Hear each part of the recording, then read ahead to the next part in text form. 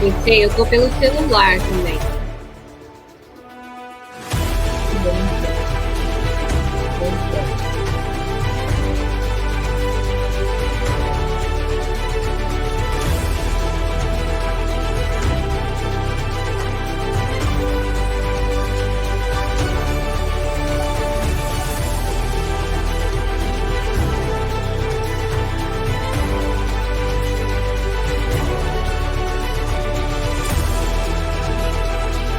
Pensei, consegue me ouvir?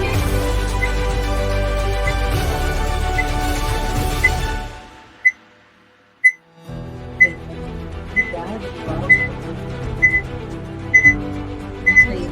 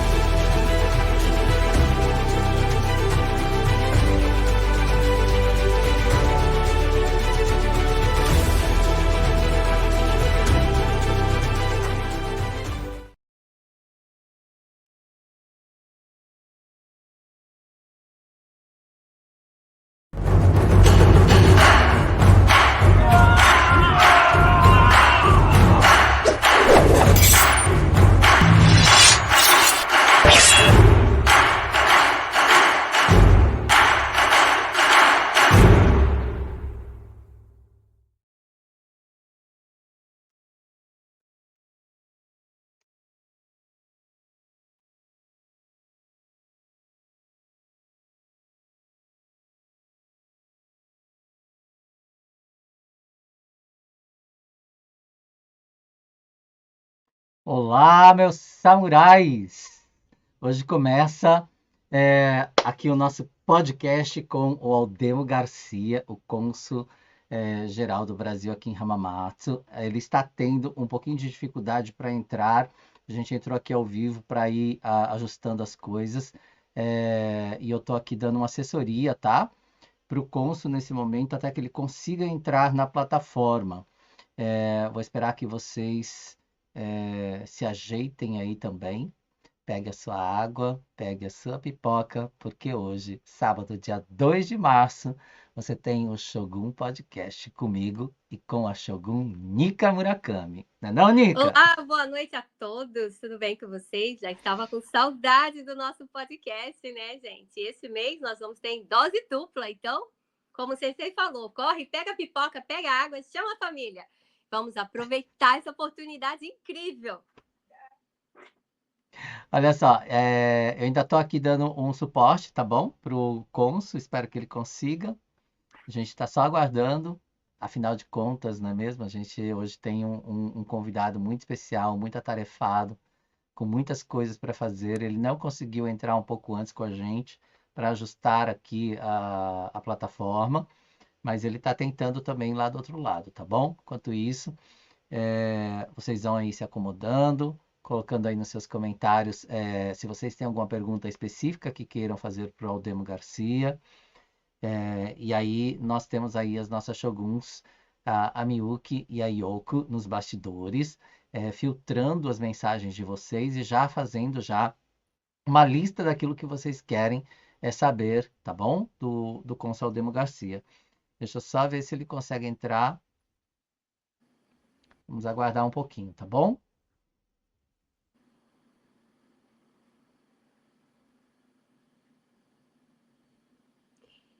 Enquanto nós aguardamos, vão dando feedback. Como está o som? Vocês estão conseguindo nos ver muito Isso. bem? Quais as expectativas? De qual local você está? Tá frio, calor? Aqui no Japão, para nós, está muito frio, gente, muito frio mesmo. O frio realmente se apaixonou por nós, não quer ir embora, não.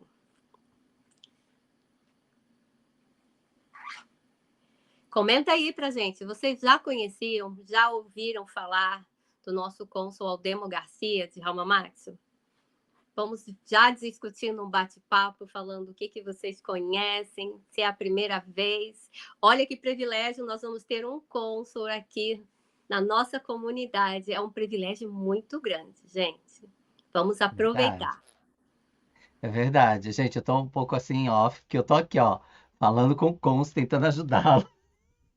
Então, nós vamos Imagina, conversando eu, aqui. eu que não sabia apertar botão nenhum, tô tentando ajudar um embaixador, cônsul, a entrar no streaming. Mas é por aí. A gente vai conseguir. Com certeza. Nossa comunidade é incrível, só tem fera. E um convidado tão especial. Vamos aguardar com muito carinho e deixá-lo encantado com a nossa comunidade, gente. Deixe Falou seu tudo. like, deixe seu comentário, vai ser muito importante. Em algum momento, vocês vão poder desfrutar, como eu sempre falo, para a posteridade. Pude entrevistar um cônsul, conversar com ele, ver como funciona o trabalho, conhecer um pouco mais, ter expectativas, sonhos. Isso é muito bom.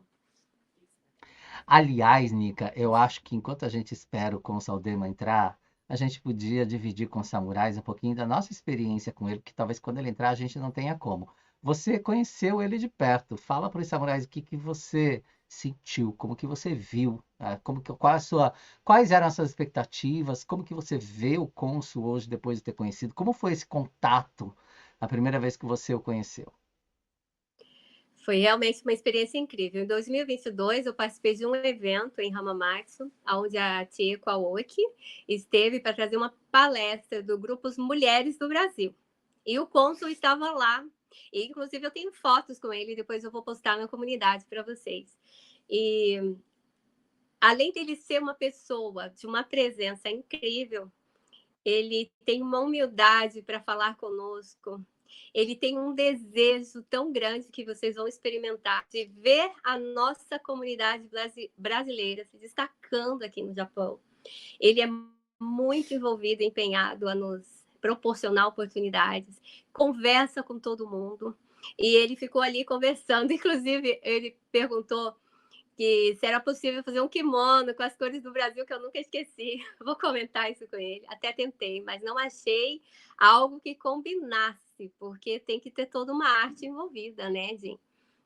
E ele me trouxe muita esperança, pelo jeito dele e o incentivo dele, de que sim, nós, como estrangeiros nesse país, podemos fazer a diferença, podemos empreender, podemos nos envolver mais com os japoneses. E o evento foi incrível porque ele ficou o dia inteiro conosco, sempre conversando, sempre incentivando, e ele sempre estava ali conversando bastante com o Jin Takahashi. Eu estava ali com o Edu e ele veio conversar também. Então, ele conheceu cada um. Eu me senti muito, muito honrada em conhecê-lo. E a humildade dele é uma coisa que me encantou muito. Muito A mesmo. simplicidade, né, Nick? Ele faz Ele de você calça jeans e sentir. camiseta. O pessoal todo de terno, ele de Sim, calça jeans e camiseta. Pessoa incrível. A Yoko queria entrar para verdade. falar um pouquinho para os samurais. A Yoko queria entrar para explicar para os samurais a diferença de cônsul, de embaixador e tudo mais. A Yoko vai dar uma aula para a gente agora, até que o Aldemo consiga entrar, tá? Vamos lá, Boa Yoko. noite, bom dia, pessoal. Enquanto o senhor cônsul não entra, eu sei que tem muita gente que tem um pouco de dúvida, às vezes, o que seria um consulado, uma embaixada, o que faz um cônsul ou um embaixador, né? Em poucas palavras, assim, bem breve, assim, vou dar uma explicadinha, né? Só para dar uma esclarecida, né?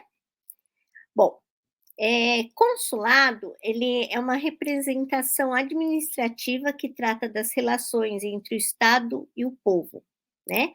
E a embaixada, ela é uma representação diplomática que lida com as relações entre os Estados, né? Que seriam os países, né? O cônsul, ele tem a função, não é política, é um funcionário do Ministério dos Negócios Estrangeiros e exerce atividades em países estrangeiros e tem seu cargo a defesa dos interesses dos compatriotas e boas relações comerciais entre os países, né? E o embaixador, ele é a mais alta autoridade brasileira em um país em que ele reside, né? Representa o país politicamente. E geralmente não, o embaixador, ele é nomeado, né, pelo presidente da República. Tem função de até 5 anos dentro de um país, né? Ou ele pode voltar para o Brasil depois de 5 anos, né? Ou se não, depois ele pode ser indicado para ir para uma outra nação. E os diplomatas, né? Estou sem som? Tá dando para ouvir? Agora? Deu? Perfeito? O pessoal está me ouvindo? Deu uma paradinha aqui, né? Ok, estão ouvindo, né? Ok. E os diplomatas, eles são funcionários do concursado, né? Dos Ministérios de Relações Exteriores e representam o país no exterior. E pode trabalhar tanto em Brasília como nas embaixadas e em consulados em nações estrangeiras. Ele permanece no Itamaraty por 2 a 5 anos também, e após uma longa carreira é que eles podem exercer a função de cônsul ou de embaixador. Deu para ouvir? Será?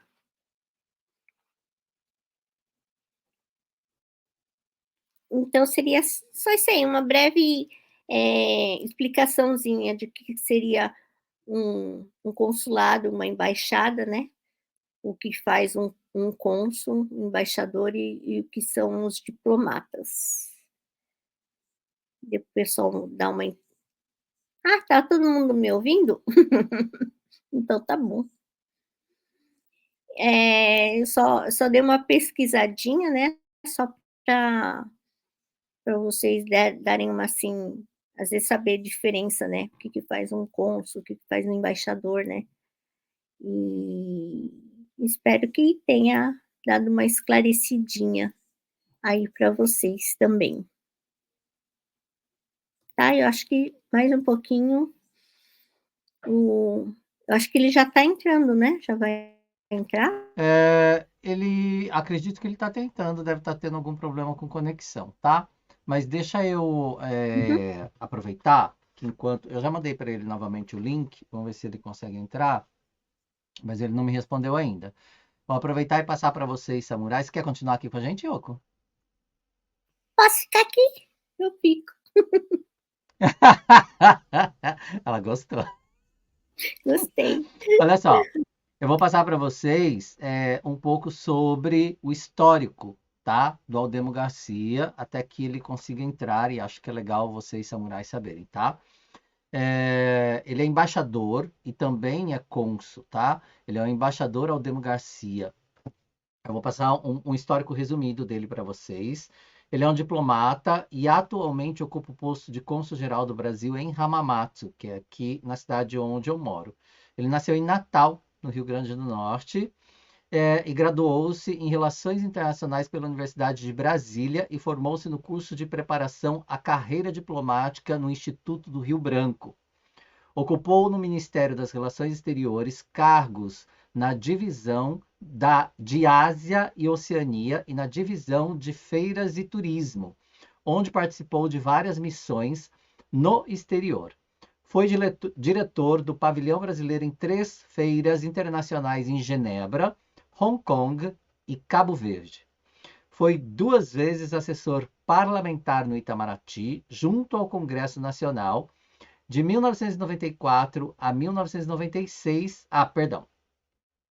em 1994, 1996 e 2005, quando participou de missões parlamentares em Nova York, Genebra e outras. Participou de cursos de comércio exterior na Fundação Getúlio Vargas, no Rio de Janeiro, e de marketing político em Paris, Université Paris IV Sorbonne. Não sei se é assim, mas é assim que está aqui. E em Washington.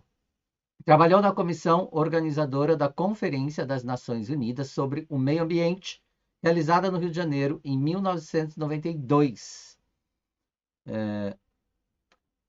No Ministério da Cultura, ocupou em 2001 o cargo de secretário executivo da comissão organizadora do centenário do presidente Juscelino Kubitschek, oportunidade em que organizou dezenas de eventos culturais e cívicos comemorativos ao centenário de Juscelino Kubitschek. No exterior, ele serviu nos seguintes postos: Embaixada do Brasil em Paris, de 1988 a 1991, Embaixada do Brasil em Argel, de 1992 a 1993, Organização dos Estados Americanos, de 1997 a 2000, em Washington, no Consulado Geral do Brasil em Toronto, de 2006 a 2010, e na Embaixada do Brasil no Timor-Leste. Foi encarregado de negócios em missões transitórias em embaixadas do Brasil nos seguintes países. Espera só um pouquinho, que eu acho que ele está entrando. Espera aí. Aí entrou. Eu só vou aceitar. Deixa eu só falar desses aqui que eu estava falando, que ele já vai entrar. Moçambique, Camarões, Togo, El Salvador, Kuwait, né? Nagoya, Japão. Bora aceitar ele. Ok. Olá, Aldemo! Seja muito bem-vindo. Desculpa, eu estava com assessoria aqui porque eu não estava conseguindo entrar. Tudo bem, tá super tranquilo, moço. Muito obrigado. Antes de mais nada. Porque esse problema técnico aí, tive que baixar o programa. Tá tudo tranquilo, acontece e a gente está muito feliz de ter você aqui com a gente. Nica, você está congelada, tá? Só para você saber. A gente está muito feliz de ter você aqui com a gente, muito obrigado. A gente estava aqui passando para os alunos um pouquinho sobre você, sobre o seu currículo, falando das suas experiências, para que eles se situem e saibam um pouquinho, né, da sua experiência no exterior como embaixador, como cônsul geral, e assim eles já vão ficando assim mais entrosados com você. Eu vou te chamar de você porque eu sei que você gosta de ser chamado assim. Mas qual seria a nomenclatura correta para se dirigir a um cônsul? Acho que todo mundo quer saber. Como assim? Senhor cônsul, como que a gente se dirige? Pode ser, senhor cônsul. Você é incrível. Aldemar, antes de mais nada, deixa eu só situar você também. Este podcast, tá? Você já sabe da minha atuação aqui no Japão, que eu sou professor da língua japonesa há muitos anos, aqui há mais de 20 anos, e eu tenho um curso online. Neste curso online, nós temos este grupo que é chamado de Comunidade dos Samurais, a comunidade secreta dos samurais, em que somente os meus alunos têm acesso a ele. Dentro desse grupo acontece os estudos, os encontros semanais para debates, para trazer alguma atividade direcionado ao estudo do idioma japonês de forma geral, para quem vive no Japão ou para quem pretende viver no Japão ou tem interesse pela língua, pela cultura por algum motivo. E nós temos alunos no Brasil, em Moçambique, nos Estados Unidos, em Portugal, enfim. E todos eles são falantes da língua portuguesa, tá? Esse podcast ele foi criado por alguns alunos que foram nomeados shoguns da comunidade, que são dirigentes, né, que meio que comandam a comunidade, organizam a comunidade, trazem novidades para a comunidade em função do aprendizado do idioma. E os shoguns, né, pediram para que eu o convidasse a participar para falar com os alunos. Em algum momento, por enquanto, este podcast ele está sendo realizado somente dentro da comunidade dos samurais. Em algum momento, nós vamos disponibilizá-lo também nas mídias sociais do meu trabalho, como no YouTube, por exemplo, para que as pessoas tenham consciência do que acontece dentro da comunidade secreta dos samurais. E nós vamos colocar esses podcasts no ar. Eu gostaria de saber de você se tem alguma objeção, se a gente pode utilizar essa imagem no seu podcast. Pode usar. Então tá bom, então tá tranquilo. Isso por enquanto não vai acontecer, tá? Isso é em um futuro próximo, por enquanto é somente os alunos que têm acesso, tá bom? Eu gostaria que você passasse para... Bom, já disse, né? Muito obrigado por você estar aqui com a gente hoje. Eu vou deixar agora a voz para você, para que você aí cumprimente os samurais que estão aqui. São muitos já alunos que estão assistindo, tá? Já tinha passado antes para você. Eu não sei quantos exatamente, mas deve ter aí uma certa quantidade. Mas enfim, eles já estão mandando perguntas, inclusive nós temos algumas perguntas básicas para te fazer, mas eu acho legal que você passe para os alunos um pouquinho, resumido que seja, da sua experiência, do seu histórico. Pode ser? Bom, em primeiro lugar, boa noite, desculpe esse atraso, esse problema técnico, né? Enfim, eu queria agradecer, Gin, esse convite honroso, né, para participar da Comunidade dos Samurais, esse podcast, né, e ter a oportunidade de conversar com seus alunos, me sinto muito honrado, né? E, enfim, eu sou diplomata, né, de carreira, atualmente exerço o cargo de cônsul-geral do Brasil em Hamamatsu. Meu posto anterior foi embaixador do Brasil em Timor-Leste. Timor-Leste, como vocês sabem, é uma ex-colônia portuguesa localizada na Ásia, entre a Indonésia e a Austrália. Eu permaneci lá 4 anos e depois fui indicado, tive o prazer de ser indicado pelo presidente da República como cônsul do Brasil em Hamamatsu. Estou aqui no Japão já há 3 anos, né? E muito feliz, né, com essa experiência japonesa, esse país incrível, né, com essa cultura milenar, né, que a gente aprende todo dia, né? E como eu sou sempre assim, estou sempre procurando me informar, fazer cursos e tal, eu procuro aprender sobre o Japão, apesar de ter pouco tempo, né? O trabalho é muito absorvente, né? Mas eu procuro sempre ler um pouco e entender um pouco a cultura japonesa. Mas, enfim, estou aqui, como eu falei, carreira diplomática, né? Talvez vocês se perguntem como é essa carreira. vou tentar ser breve, né? Você ingressa na carreira diplomática através de um concurso público para o Instituto Rio Branco. O Instituto Rio Branco é a nossa academia diplomática, que forma diplomatas, né? O nome é em relação ao patrono da diplomacia brasileira, o Barão do Rio Branco, né? Então, Instituto Rio Branco.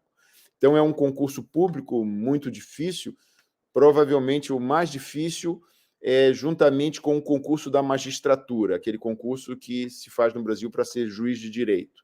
Na área de exatas, normalmente é o ITA, né? Instituto Tecnológico da Aeronáutica, ou o IME, né? Então, na área de humanos, nós temos o Instituto Rio Branco, né? Que é um dos mais concorridos. Eu me recordo, quando eu fiz o exame, tinha 40 vagas e mais de 1.000 inscritos, né? Primeira vez eu não passei, pensei que eu sabia português e tirei 30 sobre 100. Imagina, foi aquela frustração. Eu, enfim, pensei que lia muito e tal, e aí eu vi que realmente era um concurso muito difícil, eu tinha que estudar muito para poder passar. Então, eu passei um ano inteiro, curioso, passei um ano inteiro estudando desesperadamente todas as matérias, né? E na segunda tentativa eu passei muito bem, tirei 90 sobre 100 na prova de fazer. Eu fazia uma redação toda semana, Então, quando eu cheguei na prova, eu me sentia tão seguro que eu falei, qualquer assunto que sair, eu sei falar. Eu consigo fazer uma redação com uma introdução, com uma conclusão e com argumentações lógicas, né? Mesmo que sair física quântica, qualquer coisa. E realmente... Então, só para dizer que é realmente um concurso difícil, né? Eram 40 vagas, só 37 passaram, sobraram 3 vagas. E, a partir daí, você entra como terceiro secretário, né? A nossa carreira é muito similar à carreira militar, né? Uma carreira militar, você entra como tenente, major, capitão, coronel, tenente, coronel, general. 6 categorias. Nós também temos 6, né? Terceiro secretário, segundo secretário, primeiro secretário, conselheiro, ministro e embaixador. Então, você vai galgando, né? Depois de 30 anos de carreira, você chega a embaixador, né? Então, é uma carreira muito versátil, né? Você tem oportunidade, eu já tive a oportunidade de morar na França, nos Estados Unidos, na Argélia, né? Um país muçulmano, árabe muçulmano. Eu já morei no Canadá, no Timor-Leste, agora no Japão, né? E a gente também não se especializa, a gente é um pouco... faz um pouco de tudo, né? Claro que o trabalho na embaixada é um pouco diferente do trabalho consular. Um trabalho de embaixada é mais um trabalho político, né? De relacionamento com o governo estrangeiro, né? Normalmente, uma embaixada tem o setor político, o setor de imprensa, o setor de promoção comercial, o setor de investimentos, o setor cultural, ciência e tecnologia. Um consulado já é um pouco diferente, é como se fosse um cartório. Vocês sabem, né? O consulado ele faz passaporte, procuração, certidão, alistamento militar. E só que aqui eu procurei fazer o que eu chamo de algo mais, além das funções consulares, das funções meramente cartoriais, porque eu encontrei uma comunidade vibrante, né? São 10.000 brasileiros em Ramamatos e 30.000 na província de Shizuoka, e eu cheguei em plena pandemia. À medida que a pandemia foi passando, eu senti que estava todo mundo querendo assim fazer coisa, né? Então, eu aproveitei, e aproveitando o gancho do bicentenário da independência, né, que foi 2022, e aí fizemos 2 grandes eventos, o Brazilian Day Ramamatos, e fizemos os Jogos Escolares Brasileiros no Japão. Bom, enfim, não vou me estender muito, não, senão eu falo bastante, mas eu vou deixar você moderar e fazer as perguntas. Eu gosto muito de te ouvir falar porque você realmente é uma pessoa empolgante, não é? E essa tua empolgação, ela é extremamente contagiante, contagiou a nós que moramos aqui no Japão de forma geral. Eu acho que é a primeira vez na história do Dekasegi, que há mais de 30 anos já tem, né, esse movimento. Acho que é a primeira vez na história que nós temos um cônsul, não é, tão envolvido com a comunidade, tão preocupado com a comunidade, com projetos tão incríveis, não é? Como você mencionou agora, que são os Jogos Esportivos, o Gebra, né? Que você é idealizador e que gigante, não é? Eu conheço a Márcia do SESC, ela, na verdade, é a pessoa, né, que também trouxe a Unifil para cá, a faculdade, que é o que eu curso hoje, eu faço a faculdade de letras, e eu entendo perfeitamente quando você diz a gente acha que sabe português. Basta começar a estudar para a gente entender que a gente não sabe nada do nosso próprio idioma, não é? É de fato bastante complexo. E a Márcia também muito envolvida, né, com o Gebra, ela gosta muito de esportes, ela comenta muito comigo sobre o quão empolgante é esse projeto também. Além do projeto Catálogo Arte Brasil, este ano também você é idealizador do projeto Artesanato Brasil, que inclusive a Nika Murakami, que está aqui com a gente, ela é uma samurai, uma shogun, ela fará parte também do Artesanato Arte Brasil, uma vez que ela é uma artesã, ela faz, assim, peças incríveis com reciclagem de kimono, de faixas de kimono, faz roupas, bolsas, acessórios. É uma artesã fantástica, estará no seu no catálogo. Temos mais uma Shogun que está aqui também, está nos bastidores, a Miu, que também estará no catálogo Artesanato Brasil, e eu estou no catálogo Arte Brasil. Veja que os samurais aqui, né, os Shoguns, também estamos ativos, também estamos tentando fazer a diferença dentro da comunidade brasileira, representando a comunidade brasileira para os japoneses, para a comunidade japonesa, apresentando nosso trabalho, nosso talento, nossas capacidades, para tentar fazer o diferente do que a gente chama do chão da fábrica, não é? É que, óbvio, todo mundo sabe que é muito digno, todos nós estivemos ou estamos no chão da fábrica também, mas estamos tentando, de alguma forma, fazer diferente neste país.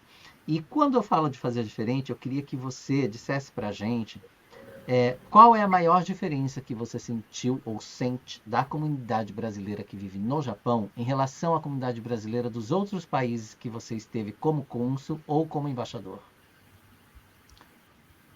Bom, eu tive, talvez, no último país onde eu servi, que foi como embaixador, que foi o Timor-Leste, só tinha 100 brasileiros no país.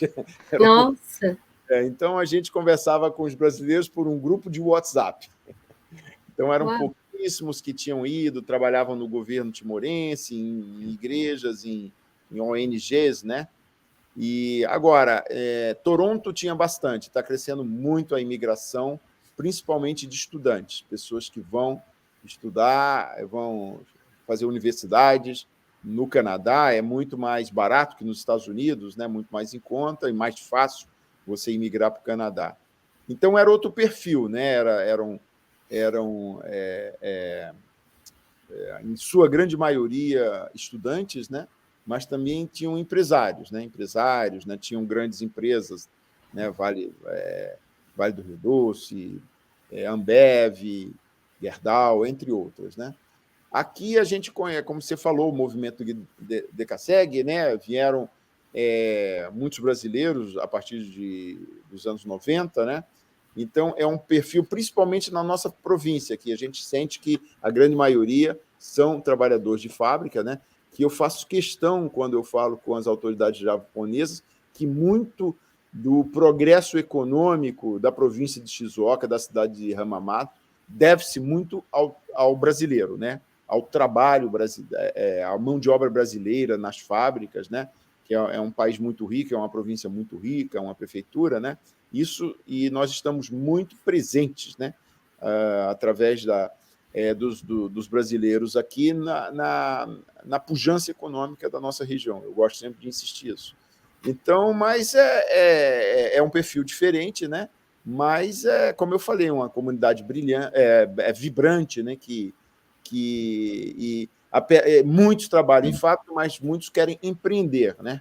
Que tem aquele sonho de montar o seu próprio negócio, o seu salão de beleza, o seu cabeleireiro, o pet shop, a pizzaria, a confeitaria, né? E, aliás, nós temos no nosso consulado uma área chamada o Espaço do Empreendedor Brasileiro, chefiada pela Vanessa Randa, né? Com muita competência.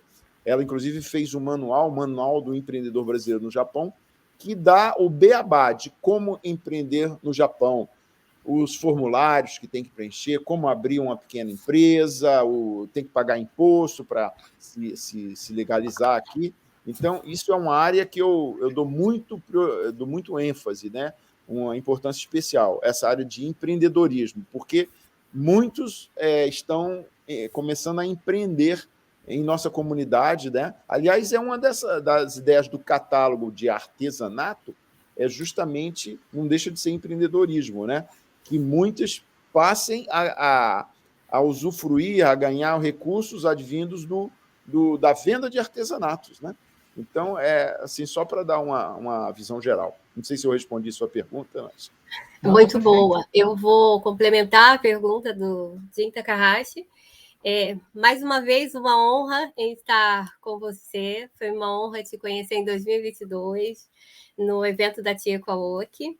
E eu comentei antes de você entrar que uma das suas características que eu pude conhecer, essa humildade, esse teu desejo de ajudar com que a população brasileira se envolva mais e tenha oportunidades de mostrar o seu trabalho aqui no Japão. Eu vim para cá com a minha família com esse sonho, com esse projeto, e através de ingressar no curso do Fale Japonês, eu recebi o apoio do Jin Takahashi e eu pude experimentar, conhecendo você pessoalmente e todos os outros empreendedores em Hamamatsu em 2022. E eu queria fazer uma pergunta dentro de tudo isso, de vários projetos que você tem para o povo brasileiro aqui no Japão. Quais foram as dificuldades, ou ainda quais as maiores dificuldades se você enfrenta mesmo como cônsul? Porque esse teu desejo, que é muito nobre, de que nós brasileiros possamos despertar para crescer aqui e mostrar o talento do povo brasileiro na arte, no empreendedorismo, em tudo que nós podemos fazer. Qual foi as dificuldades? O que você nos aconselha? Pelo seguinte, Cônsul Aldemo, como eu posso te chamar? Cônsul Aldemo? Aldemo. Aldemo Garcia. Você comentou em uma entrevista que eu vi que você uma vez foi procurado por um prefeito, se eu não me engano, tá? Me corrija se eu estiver errado. Com possibilidades de trabalho para os brasileiros, mas a dificuldade do idioma dificulta isso. Então, por favor, se você puder responder a primeira pergunta, complementando com essa, porque eu fiquei super curiosa para ouvir um pouco mais sobre esse assunto. Pois é, uma das coisas que nos preocupam é o seguinte, bom, vocês sabem, o movimento Decassegue, né? Muitos brasileiros vieram a partir dos anos 90, a grande maioria pensando em voltar para o Brasil, né? Trabalhar 3, 4 anos aqui, fazer o pé de meia e voltar e comprar uma casa e fazer uma microempresa no Brasil. Mas por uma série de razões, claro, muitos voltaram, inclusive durante a crise, né, do Lehman Shock, né? Mas a gente está notando um fenômeno mais recente, né? Em razão das dificuldades econômicas, né, várias crises que o Brasil passou, da questão da violência urbana, né? E a qualidade de vida que a pessoa leva aqui no Japão, né? Mesmo na fábrica, você tem condições de comprar o seu carro, ir no Costco uma vez por mês, né? Hoje mesmo eu fui ao Costco, né? Então, você tem uma qualidade de vida muito boa aqui no Japão e as pessoas não voltam mais, não voltam. Então, muitos matriculavam as crianças na escola brasileira pensando, né, em voltar, e a criança está apta a fazer o Enem. Mas hoje eles ficam aqui. Eu estou pedindo que a gente faça uma estatística para saber esse número exato, mas eu creio que de 80% a 90% permanecem aqui. Então, as crianças que se matriculam em escolas japonesas, elas têm mais oportunidades, né, de entrar na universidade, nas escolas técnicas, porque elas dominam mais o japonês. Aquelas brasileiras, eu tenho notado, e eu fiquei surpreso, eu faço reuniões periódicas com muitos diretores de escola, eu acho a carga horária de japonês muito reduzida, né? Tem escolas que têm 2 horas, 2, 3 horas por semana. Então, essas crianças acabam o ensino médio numa sociedade muito competitiva como o Japão, mesmo para japonês já é difícil. Imagina, eles não conseguem competir com os japoneses. Primeiro, eles não têm a mãe ajudando eles a fazer o dever de casa, como a mãe japonesa, né? De tarde, né? Ajudando a criança. Então, coitado, eles têm poucas horas de língua japonesa, né? Então, eles terminam o ensino médio, não resta a eles que o trabalho de fábrica, né? Como os seus pais, né? Com 16, 17 anos, eles vão para a fábrica. Às vezes é até mais cômodo, né? Porque o pai pensa assim, poxa, também é uma questão de cabeça dos pais, né? Pensa, ele vai para a fábrica, vai ajudar no rendimento familiar, né? Ele vai poder comprar o seu iPhone, a sua moto e tal, né? Às vezes é cômodo. Mas, olha, ele não vai poder ter uma profissão universitária, né? Como os descendentes japoneses fizeram no Brasil, né? Que ascenderam na sociedade ao longo dos anos através da educação, só através da educação, né? Nós temos no Brasil engenheiros, grandes médicos, tivemos recentemente um ministro da aeronáutica descendente, temos grandes empresários. Há 2 semanas me visitou e até almoçou aqui comigo em casa o Shigeaki Ueki. Eu acho que vocês mais jovens não sabem quem é, mas ele foi ministro das Minas e Energias com 41 anos. Ele era descendente de japonês. Ele tem até uma casa aqui em Tóquio. Então, ele foi ministro das Minas e Energias, né? Então, eu me pergunto, será que nós vamos ter um ministro de descendência brasileira, um ministro brasileiro nos próximos 20, 30 anos aqui em Tóquio? Muito difícil, né? Quer dizer, podemos ter. Mas, então, essa ênfase que eu falo quando eu visito as escolas. Olha, aprendam o japonês, é importantíssimo dominar o japonês escrito e falado, e principalmente hoje em dia com as mídias sociais. Hoje é fácil, né? Você tem o YouTube, o acesso é mais fácil. Instrumentos que você não tinha na época. Então, realmente, quando você quer aprender, você entra no curso do Jin. É verdade. E diz, bom, eu vou ter um reforço no fim de semana, eu vou aprender, porque assim eu vou fazer uma escola técnica, eu quero ser, sei lá, piloto de avião, né? Então, é isso que eu enfatizo muito, né? Porque eu noto que os brasileiros ficam muito na bolha aqui, só falando português, né? Eles estudam nas escolas brasileiras, no final de semana eles se encontram, vão jogar futebol, vão para o churrasco e tal, e não se integram muito na comunidade. Não se integram na sociedade. Então, isso é uma questão fundamental, aprender, dominar o japonês para poder ascender na sociedade japonesa. Você fez uma colocação muito importante que eu vou ressaltar. Você falou a dificuldade da criança de não ter o auxílio do pai. Eu, como mãe, eu tenho um filho hoje com 15 anos, eu estou no Japão há 6 anos.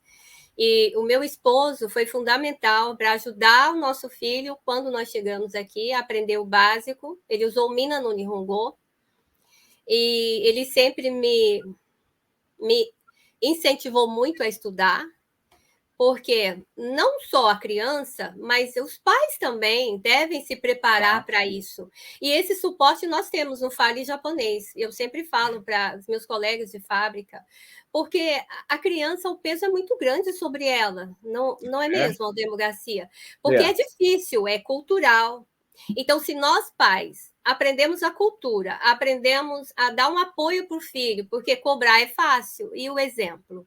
Faz falta, é cansativo? Eu trabalho em fábrica, hoje estou empreendendo na área de reciclagem de kimonos, e tudo tem um sacrifício. Dizer que é fácil, não é, mas é uma decisão que a gente toma. Então, quando você tem hoje, como você falou, nós temos a tecnologia, temos bons cursos, e eu recomendo o Fale Japonês sempre, e isso ajuda, porque mudou a minha história, e eu tenho certeza que vai mudar a história de muitos outros brasileiros, porque pelo menos na minha casa pai, a mãe e o filho estudando. E o meu filho ganha mais segurança para isso, né? Isso é muito importante mesmo. Muito obrigada pela sua Por colocação. exemplo, é aquela história, a criança japonesa, a mãe está de tarde lá ajudando ela fazendo dever de casa. A mãe brasileira está lá, né, fazendo hora extra, na fábrica, trabalhando 10 horas e tal, fazendo hora extra, vai chegar à tarde da noite, não vai ter nem condições de ajudar no dever de casa, e muitas vezes não sabe, né? Não domina o japonês. Então, é uma desvantagem tremenda, né? Então, e eu tenho notado também que os prefeitos, aqui eu visitei logo quando cheguei, todos os prefeitos aqui das nossas cidades, da região, e eles têm maior boa vontade de ajudar, porque eles têm também cursos de reforço, né? Sim. Então, muitas diretoras dizem, porque o MEC não exige o aumento da carga horária do japonês. Ora, mas o MEC, manda o MEC. Bom, quer dizer, se a criança vai voltar para fazer o Enem, ok, tá bem. Mas se ele vai ficar no Japão, tem que dar um jeito de aumentar a carga horária.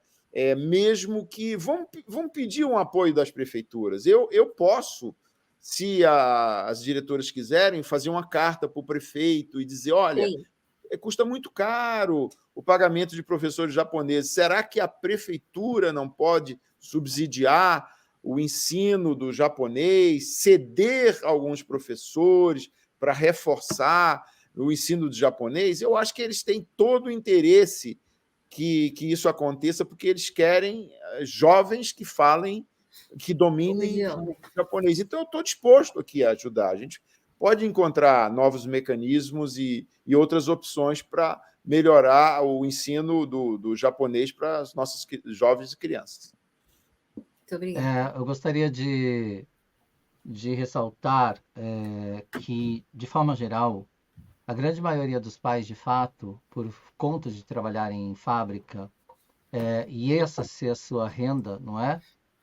Primordial para o sustento da família, eles não conseguem administrar o seu tempo de forma a dar esse suporte para a criança que estuda numa escola japonesa, e também para que eles próprios possam buscar pelo conhecimento e estudarem.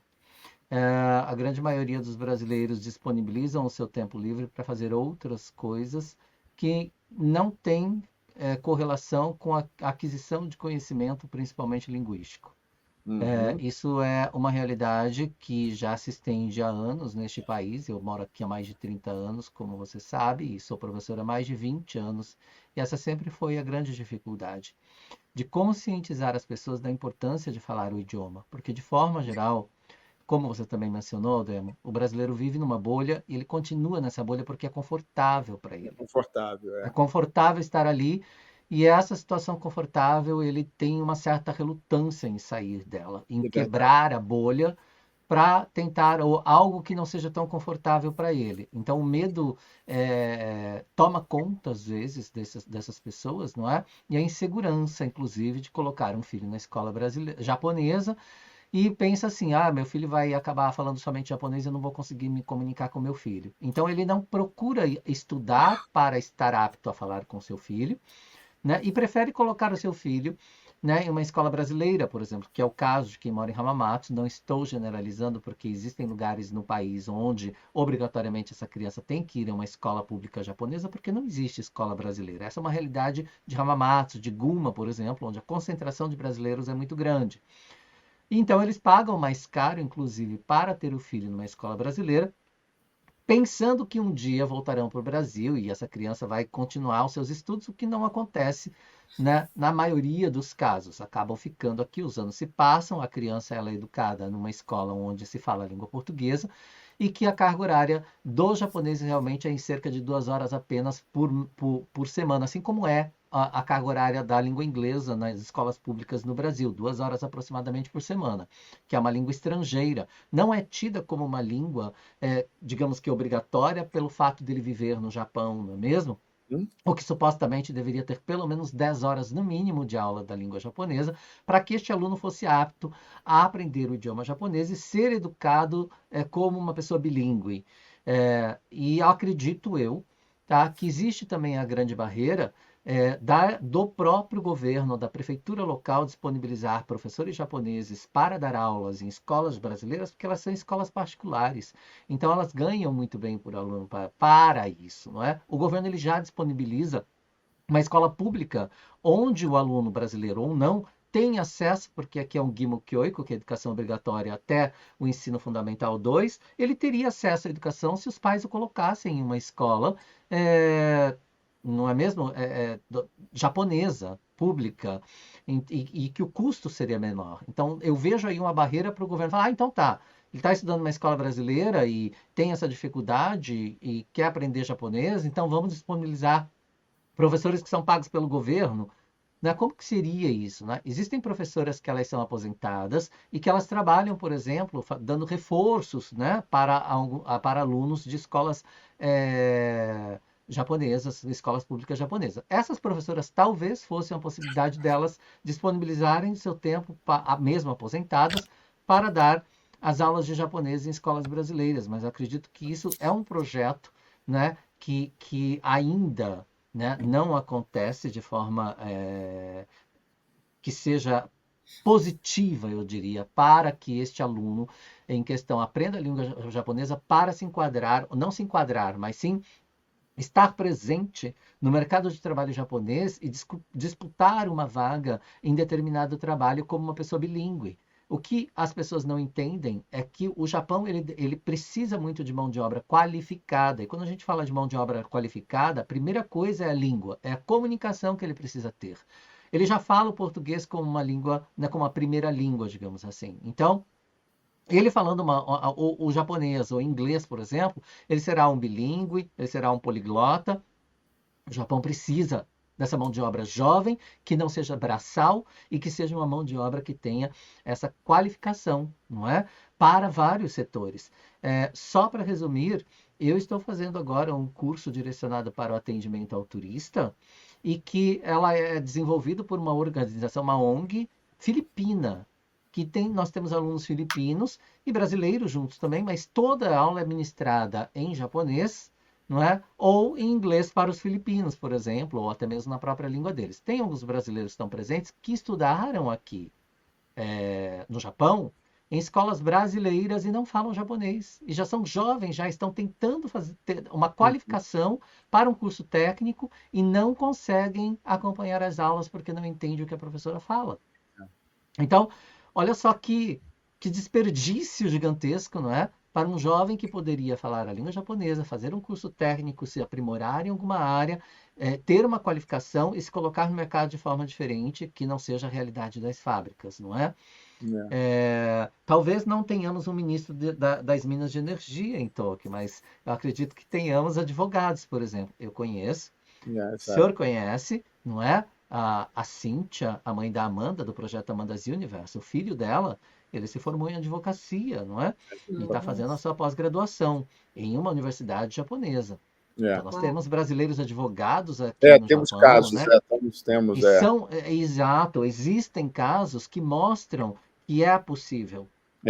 Agora, você falou um ponto interessante, desculpa, que as pessoas realmente elas se acomodam, porque principalmente aqui em Hamamatsu, você vai precisar carteira de motorista, chega lá no Detran, lá tem gente que fala português. Você vai na prefeitura, tem gente que fala português. Vai na RAIS, fala português. Vai no hospital, aí a pessoa, então eu não preciso falar japonês, né? Exatamente. Então, em outros países não. Você imigra para os Estados Unidos, você tem que se virar, aprender o inglês, porque senão português ninguém vai entender nada, né? Então, na verdade, assim, nós estamos falando de Hamamatsu. Hamamatsu é uma bolha realmente que faz com que os brasileiros que vivam aqui, eu costumo dizer que eles são doentes. Porque eles são totalmente dependentes. Eles são surdos, mudos, né, analfabetos e dependentes de absolutamente tudo. Já os filipinos, vietnamitas, que não têm escolas vietnamitas, filipinas, indonésias, eles têm que se virar. Eles têm que entrar na escola japonesa, deve ser dificílimo para eles, eles devem, penar, mas lá na frente vai ter a compensação. Eles vão entrar. Nem é na frente, é uma realidade hoje. Os uma filipinos, os vietnamitas, os nepaleses. Eles entram Os mais na nepaleses. universidade, mais em escolas técnicas que os brasileiros. Ah, com certeza. Mas essa é uma realidade já, viu, Aldemo? É, Eles já estão fazendo escolas técnicas, já estão se profissionalizando, já estão fazendo intercâmbio exato. no país, sendo direcionado para escolas técnicas, se profissionalizando, sendo uma mão de obra qualificada e que falam a língua japonesa, ultrapassando os brasileiros de uma forma que os brasileiros não se deram conta ainda, né, que eles serão massacrados. É. Porque, E Não se outra deram coisa, conta, isso é verdade. sim, e outra coisa, quando você é criança, você assimila fácil uma língua, né? Você assimila brincando, né? Eu vejo pelas minhas filhas. Claro que eu tive um privilégio de morar em países de língua diferentes, mas as minhas filhas são fluentes em 4 línguas, mas fluentes assim, de a pessoa não saber pensar que ela é americana, porque ela fala inglês, me corrige assim a todo momento, o francês também, o espanhol e o português, 4 línguas. Por quê? Porque elas aprenderam brincando na escola, no recreio, né? Em convivendo com os estrangeiros. Então, você tem que.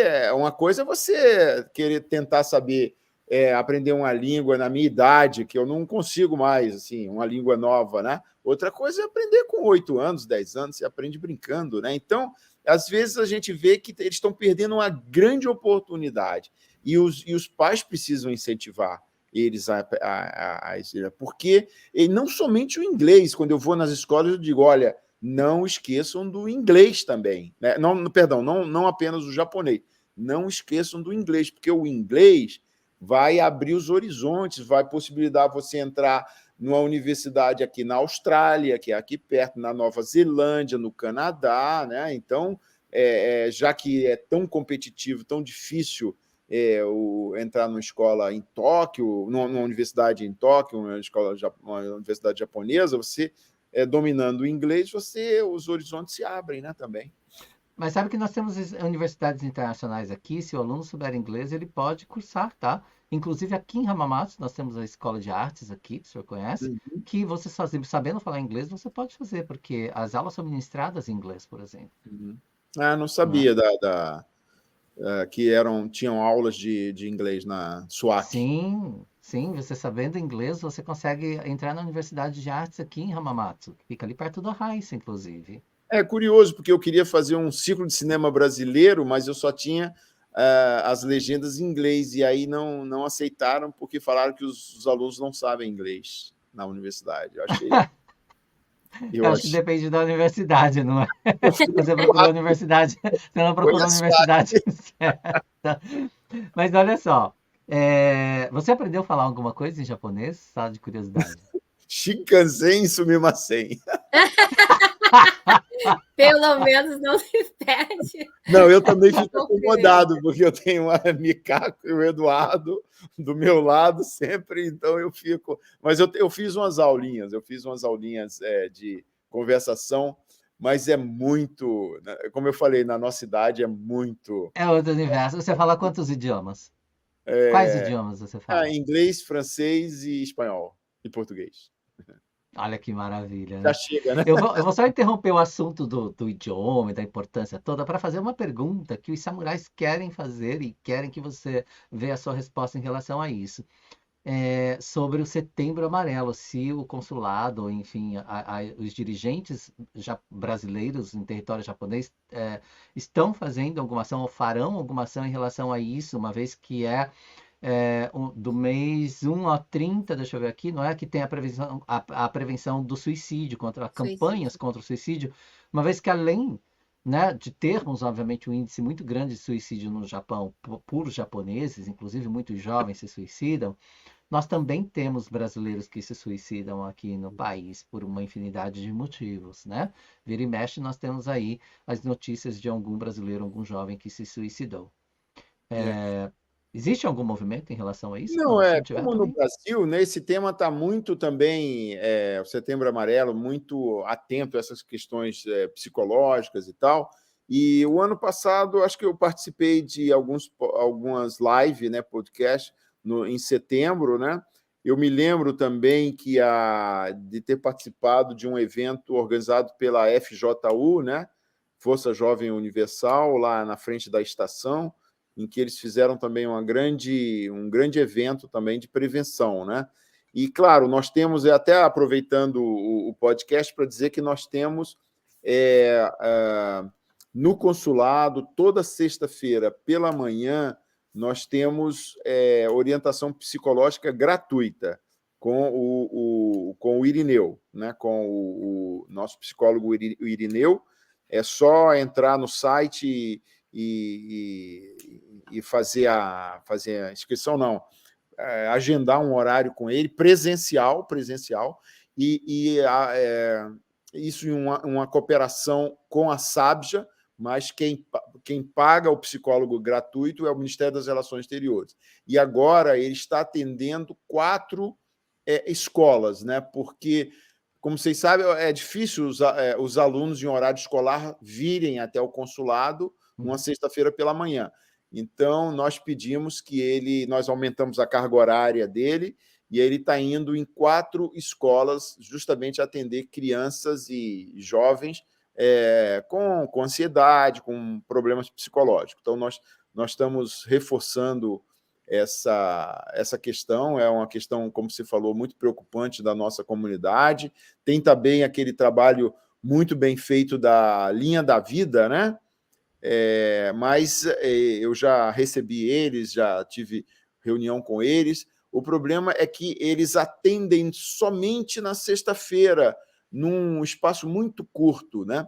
Apesar do trabalho muito interessante, muito bom, prestativo que eles fazem, é tudo na base do voluntariado. E eles encontram grandes dificuldades em encontrar voluntários, né? Para trabalhar na linha da vida. Eu até estou conversando com eles para ver em que ponto o consulado pode ajudar a esse trabalho, que é similar ao CVV, né? Ao Centro de Valorização da Vida, que é feito no Brasil, que tem uma hotline, né? Uma linha que você liga de qualquer lugar do Brasil e tem essa conversa, esse atendimento psicológico em situações de angústia, depressão, né? Então, é um trabalho muito bom, que a Linha da Vida está fazendo, mas a gente precisa reforçar, a gente precisa de mais voluntários, né? E o CVV ele existe desde sempre, né? Eu me lembro da minha adolescência que já existia o CVV, não é?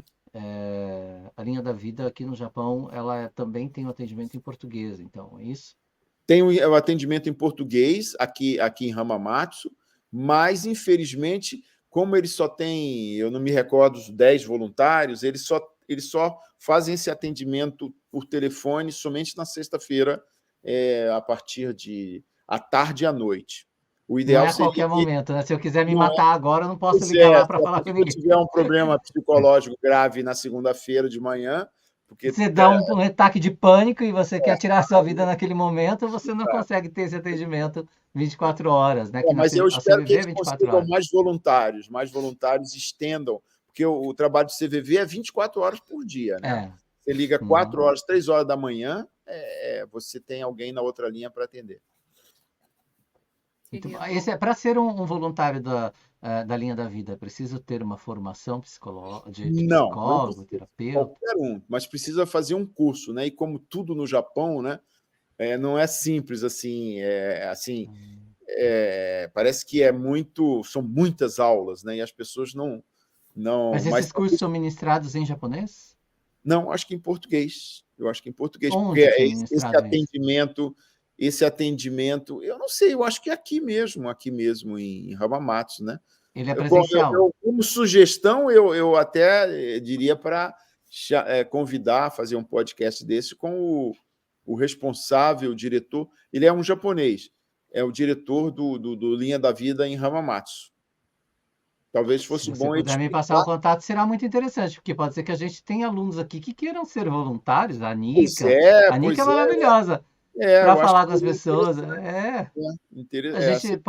Onde é que estão os religiosos, não é, deste país, as pessoas que querem aí ajudar o próximo? Eu recebi há 2 anos atrás uma comissão deles, eles foram em 5 me ver lá, e para ver como a gente poderia fazer uma parceria. Eu acho que é um projeto muito interessante, né?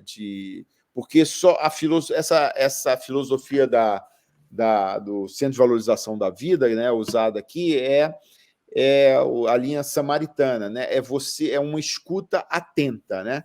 Você não vai dar lição de moral nem nada, você vai escutar, né, as angústias do outro, né? A pessoa quer só falar.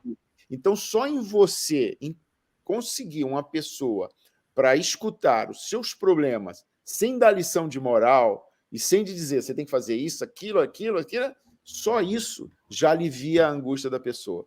Então, é uma linha muito interessante. E esse curso, você pode ter qualquer profissão, engenheiro, qualquer coisa. Você aprende a escutar. É isso de mesmo. forma uma escuta com atenção e entender a angústia do outro. É só isso. É isso que as aulas que eles fazem, né? Porque você aprender a escutar, uma escuta, né? E que a pessoa, depois de desabafar, ela se sente mais aliviada e, naquele momento, aquele problema, aquela, sei lá, vontade de se suicidar, ela, pelo menos, passa por aquele momento. É claro que isso depois tem que ter todo um segmento e tal, mas é uma coisa muito interessante. Mas eu acho interessante, se você tiver o contato dessa pessoa, eu acho que seria interessante sabermos. Mas, enfim. Bom, a pergunta foi respondida. A Yoko, a nossa Shogun, quer falar também alguma coisa? Diga, Yoko. Olá, boa noite, senhor cônsul. Meu nome é Yoko. Eu estava tentando aqui dar umas entradinhas, mas tudo que eu pensei em perguntar, o Jin Sensei e a Nika foram falando e acabei sem assim, coisa para perguntar. Mas eu queria só saber, pelo senhor, eu sou de Kanagawa, né? Eu e a Nika somos de Kanagawa, e aqui nós não temos muitas escolas brasileiras aqui, né?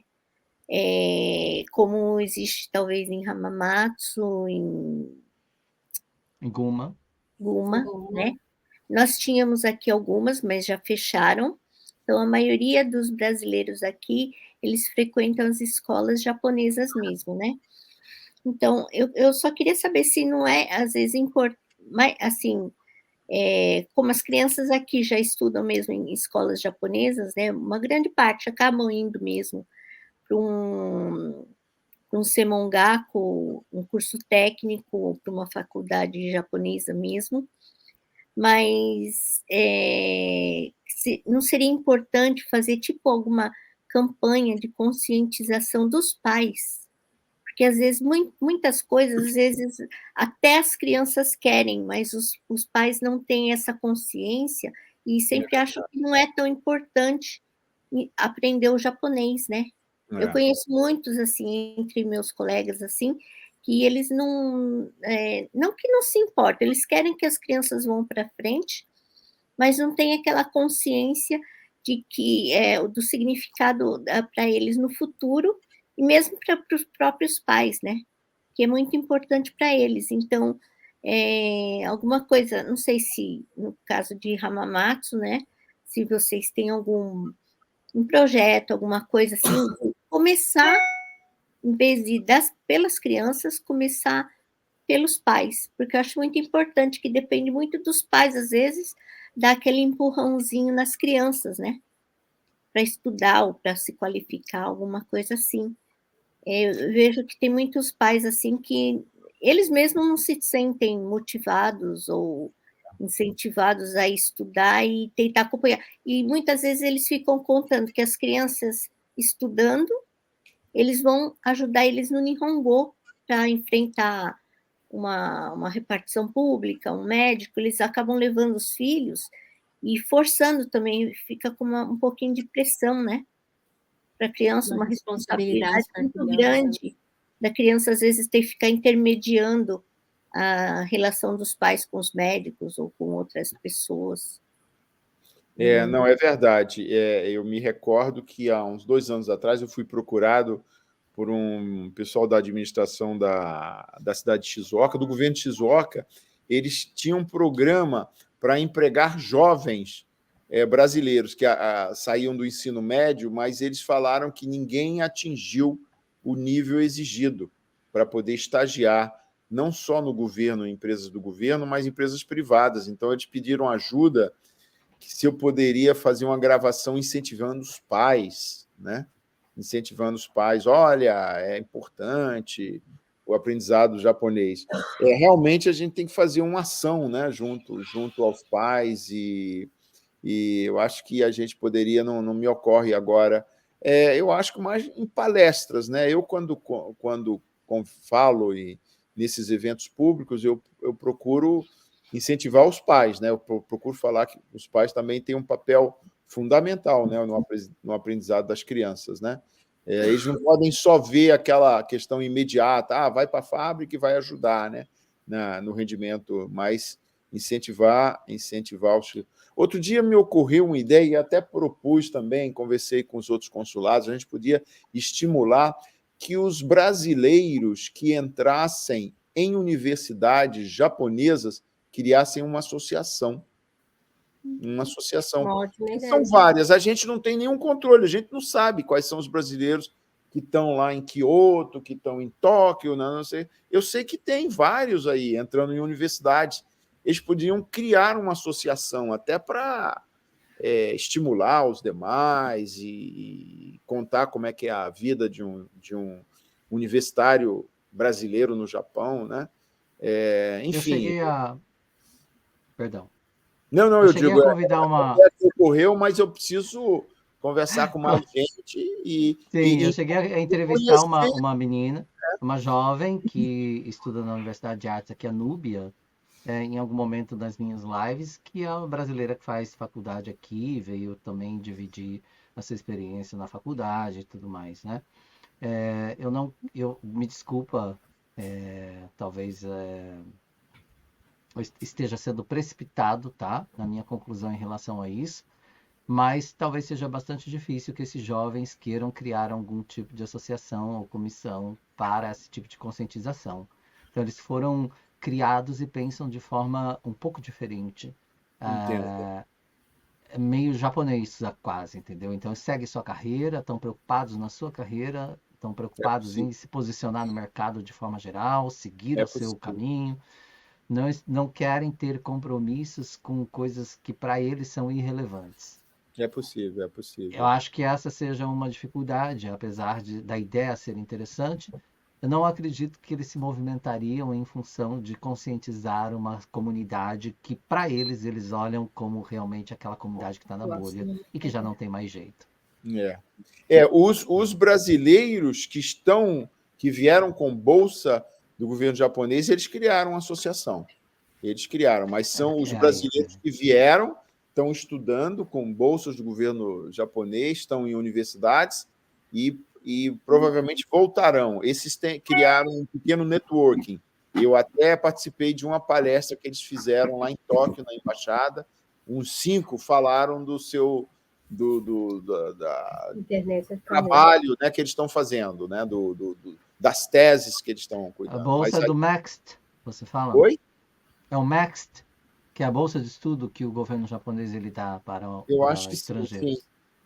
Alguns e vários, talvez não só de um programa, mas de vários. Mas eles conseguiram fazer um networking. Aldemo, eu não sei como que está o seu tempo, tá? Uma vez que a gente teve um problema com a conexão e tudo mais. Se você puder ficar com a gente até as 9h30, eu agradeço para a gente poder... Não, tudo bem, sem problema. É possível? É possível. Tá bom, então vamos lá. Vamos aproveitar um pouquinho do Aldemo. Esse tempo que é muito precioso para ele, eu sei. Então, mas a Nica me fez uma pergunta, acho que eu não respondi, as dificuldades que eu encontro, né? Sim, os desafios, né? Desafios e dificuldades. As dificuldades, né? É muito difícil você fazer eventos no Japão. São tantas barreiras, né? Eu costumo dizer, quando a gente faz um negócio, a primeira coisa, isso não pode. Isso não pode. O que eu escuto, isso não é possível, não pode, né? Aí, não, mas quem sabe, vamos tentar. Eu já começo escutando não pode no consulado, né? Isso não dá. Mas, não, vamos tentar, vamos ver. Então, e aí, quando você pede, assim, olha, você precisa de fornecer tantas informações que às vezes, desestimulante. Por exemplo, o Brazilian Day foi um exemplo. Nós fizemos o Brazilian Day, que foi um sucesso, mas foi tantos empecilhos que eles colocaram para o segundo que o pessoal resolveu mudar de espaço, né? Porque eles nos chamaram lá, entregaram 2 páginas e meia com reclamações de japoneses, né? Assim, desde que, porque muita gente circulando sem máscara, né? E a lojista que estava vendendo lá, na hora que a porta automática abriu, o barulho da música brasileira era muito alto, ela não conseguia ouvir o que o cliente estava dizendo. Então, eram pequenas observações assim, tal, e era tanta dificuldade que a gente resolveu mudar o lugar. Então, isso para tudo, né? O próprio Jogos Escolares Brasileiros, né? Os bastidores foram difíceis, não queriam emprestar todas aquelas arenas. Não pode, a gente vai só emprestar o estádio, as arenas não.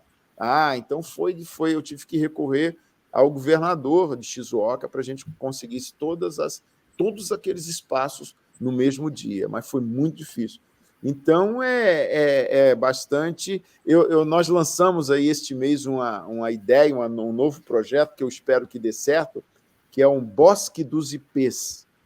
Nós queremos... vai ser incrível. Nós queremos, como tem Bosque dos Sakurás lá em São Paulo, né? Plantaram muitos sakurás, que é a árvore símbolo japonesa, né? Então, eu escrevi semana retrasada para o prefeito pedindo um espaço, né? Um parque na cidade. Pode ser lá Parque Ramanako, pode esse daqui, aqui perto, enfim, que eles identifiquem o parque. Nós já conseguimos o mais difícil, 50 IPs, já de 1,5 metro, de graça, um produtor que se interessou lá, que mora próximo a Tóquio, né? Ele até é monge budista, o senhor Ito, falou que vai ceder os 50 IPs, agora a gente está procurando um espaço. E aí ontem eu recebi um questionário, né, que é assim, quem vai cuidar dos IPs, como vai ser cuidado, os custos, tem que ser 50 e não sei o quê, tanta, sabe? Mas a gente vai conseguir, né? Mas vai conseguir, porque eu quero ver esse Bosque dos IPs aqui. Eu achei um projeto fabuloso. Eu falei, ou é um bosque, ou então uma avenida plantada com IPs amarelos de um lado e de outro. Nossa, vai ser lindo, lindo. Porque isso aí tem uma simbologia. Eu estou tentando mostrar para vocês que tem uma simbologia, que é o enraizamento da comunidade, né? Ao plantar uma árvore. É como os japoneses que foram lá, plantaram sakurás, as sakurás cresceram, estão dando, né, flores e tal. Aqui seria assim um coroamento da imigração brasileira em Hamamatsu, né, através de uma árvore símbolo, que é o IP, no caso, o IP amarelo. Então, teria todo um simbolismo. Claro que se a gente conseguisse um parque, um local para fazer esse Bosque dos Ipês, a gente poderia fazer uma escultura, né, em relação de comemoração aos 30 anos de movimento, né, de movimento Decassegue, os 30 anos de imigração brasileira, né, já que foi comemorado tanto, né, a imigração japonesa para cá, a gente podia fazer uma escultura aqui. Eles até perguntaram se, além do bosque, a ideia era criar um ambiente de congraçamento, um espaço para... Então, a gente está negociando. Vamos ver aí.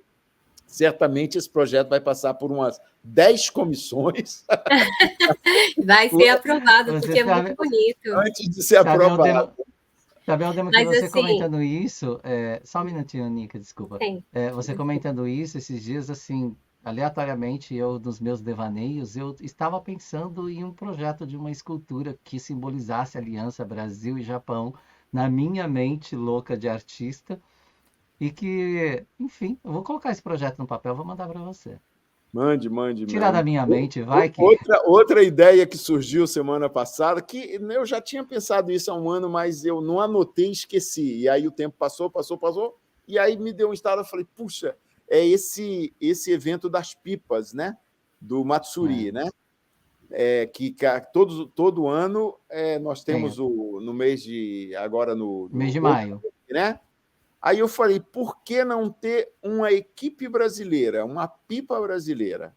né? Aí eu conversei com a Irma semana passada e ela falou, olha, para esse ano já está muito em cima, porque tem que inscrever a equipe, são por bairros, vai dar um nó na cabeça do japonês, porque todo bairro tem a sua. Aí o nosso não é bairro, é um país estrangeiro. E aí? Aí como é que eles vão, né? Aí tem que ter seguro. Eu sei que tem muitos brasileiros que ajudam a levantar pipa. A gente pode formar uma equipe mista com brasileiros e com japoneses que já sabem, porque exigem toda aquela técnica. E aí eu já pensei na pipa com uma arte brasileira, bem brasileira, verde e amarelo, uma coisa assim, né? E o rapi, né? Um rapi também com cores brasileiras, com bastante, né, tucano, floresta amazônica, uma coisa assim. Veja se esse Aldemo não é empolgante, gente. Mas fala aí, samurais. Aldemo, o que é interessante, bonito, eu comentei antes de você entrar com os samurais, essa sua capacidade de envolver a comunidade. Você falou algo interessante quanto ao plantar os ipês. O enraizamento, as raízes brasileiras sendo fixadas no Japão. Por quê? Exato. Os brasileiros vêm para cá com a ideia fábrica, ganhar dinheiro, voltar. Agora eles vêm fábrica, criar os filhos, ficar ou voltar, e alguns já vêm com a mente aberta para conhecer, estudar e aproveitar, né? E algo que eu comentei com o Jim, quando ele iniciou o curso dele, quando algo novo acontece, é muito difícil entrar na mente das pessoas que já estão com uma mente muito fechada. É muito complicado. Você está sempre tão empolgado falando dos projetos e a gente que gosta disso fica, uau, vai acontecer, vai acontecer. Aí vem aquela lista de coisas. Não dá. E assim, eu sou uma pessoa super empolgada, muito empolgada. E no curso que nós fazemos aqui na comunidade dos samurais, a prioridade do Jim é integrar a comunidade, para que não se sinta sozinho. Nós costumamos, eu tenho uma frase que eu coloco sempre na comunidade, um ajudando o outro, porque um constrói o outro. Nós estamos sempre aqui para fazer tudo isso. E você, com essa empolgação, traz muita esperança para nós. Mas, assim, você espera tudo isso do brasileiro com essa sua empolgação? Pessoas que se digam, Aldemo, estamos juntos com você, vamos lá, vamos sentar. Não, alguns sim, alguns empreendedores, pais conscientes que os filhos precisam não ser seus tsuiacos, mas eles aprenderem o idioma para acompanhar os filhos, isso é muito importante. É muito difícil abrir a mente das pessoas em relação a isso. É muito complicado. Então, assim, é empolgante realmente ouvir e dizer assim, um cônsul tem as suas dificuldades, mas se nós unirmos as forças e acreditar nesses projetos, você tendo esse apoio da parte da comunidade brasileira, tudo é possível, porque vai ser lindo. Enraizar algo. Já é lindo você deixar... Nós temos o Jim Takahashi como artista plástico. Poucas pessoas ainda o conhecem como artista. Nós conhecemos como professor, né? Mas o trabalho dele é diferente. O trabalho da Miyuki, outra Shogun que você vai conhecer daqui a pouquinho, também é lindo. Nós temos muitos artesãos incríveis aqui no Japão. Eu sou fascinada, mas assim... Nós precisamos deixar para o Japão também, o Jim sempre nos incentiva, um legado, uma história, e isso é muito legal. E você falou, a gente vê a população, a gente está passando da era Dekaseg para a era imigrante, né? Eles não voltam mais, a grande maioria, eles ficam aqui, vão criar os filhos. A prova disso é que estão muitos comprando casas, apartamentos, isso é um sintoma de que eles querem ficar aqui no Japão, né? Então, mas essa questão você falou, eu noto que tem muita gente com ideias, com projetos e tal, mas falta apoio, né? Aí muitos vêm assim, puxa, eu estou com aquele menino, o Marcelo Goto, eu estou querendo fazer um concurso de desenhos com a comunidade, com as crianças, será que... Aí vai em frente que eu apoio, vai em frente que eu apoio. Então é isso, às vezes as pessoas estão precisando de uma pessoa Um para empurrãozinho, uma dar um pessoa à frente. empurrãozinho, às vezes liderar uma coisa. E aí ele falou, pô, você me apoia? Eu falei, apoio. E aí eu liguei para uma empreiteira e falei, pô, vocês não podem ajudar, o projeto deles é legal, tal. E a empreiteira deu 200 mil ienes, né? Uau. Posso até dizer a UT Suriemo, e aí viabilizou o projeto dele. Então, quer Ótimo. dizer, foi aquele empurrão, e ele já está com o projeto de fazer um festival de cinema de mangá, cinema de anime, né? Anime. No final Desenhos, do né? ano, ainda está a ideia. Então, tem muitos assim que têm ideias, né, e vão conversar comigo. Claro, quando eu vejo que o projeto não vai para frente, né, mas quando eu sinto que a pessoa... Outros esperam que a gente faça tudo, né? Isso aí é chato, né? A pessoa tem, né? E a gente termina sobrando para a gente, para a minha equipe, a gente trabalha muito e tal. Mas outros, eles fazem, eles querem um apoio. Ele quer, como você falou, um empurrão. A gente dá um empurrão, eles fazem. Isso aconteceu o Gebra com a Márcia, né? Sim. Que ela pega realmente na massa mesmo. Faz acontecer. E faz, né? Então, e a gente deu um empurrão, né? E fez os Gebras, né? Esse ano, aí eu perguntei para o Zico, Zico, você não gostaria de ser o patrono? Aí ele falou, não, mas talvez eu não esteja aí nessa época. Eu falei, não, mas para ser patrono você não precisa estar presencial, só a sua... Aí ele falou, não, então eu topo. Aí eu falei, então você faz um vídeo de apoio? Ele falou, faço. E aí recebemos o vídeo ontem, já legendamos para o japonês e já jogamos hoje, já está no Facebook do consulado, já está circulando por aí. Ele como patrono e fazendo um chamamento para os pais virem, porque é um evento familiar, né? Não é só praticar esporte, vem família. O ano passado nós tivemos 8 mil pessoas, né, no Copa, né? Então vem gente de van, de micro-ônibus, vem famílias inteiras, né? E aí tem praça da alimentação, esse ano a gente vai colocar no centro, além das competições das escolas brasileiras, ao lado dos food trucks das barracas, nós vamos fazer uma pequena praça e vamos fazer, digamos, apresentações esportivas que não estão nos jogos, né? Por exemplo, taekwondo, karatê, zumba, vai ter até um aulão de breaking dance, que vai inaugurar também foi uma ideia que eu tive, e da gente, porque vai ter... Homem das ideias, que legal. Esse ano, pela primeira vez, o breaking vai ser esporte olímpico em Paris. Nossa, e o Japão é um país muito forte no break. Japão, Coreia, e o Brasil também. O Brasil vai entrar com equipe forte. E aí eu falei, pô, mas será que não tem ninguém que dance breaking, que faça breaking nas escolas? Então, eu sugeri à Márcia que a gente fizesse uma pesquisa rápido, a toque de caixa, para ver se as escolas, se os diretores querem introduzir o breaking, e aí tem 2 meses pela frente para a garotada ensaiar. Aí, nesse meio tempo, eu fiquei sabendo de um brasileiro que é praticante de break, vai até disputar um torneio mundial mês que vem. Vem também um do Brasil, que vai jogar os Jogos Olímpicos. Eu conversei com ele, eu falei, você pode ser árbitro? Pode? Ele falou, sim, com prazer. Ele falou, olha, se a gente não conseguir aluno suficiente para disputar, eu vou fazer um aulão de breaking, um aulão para ensinar a garotada lá nessa praça.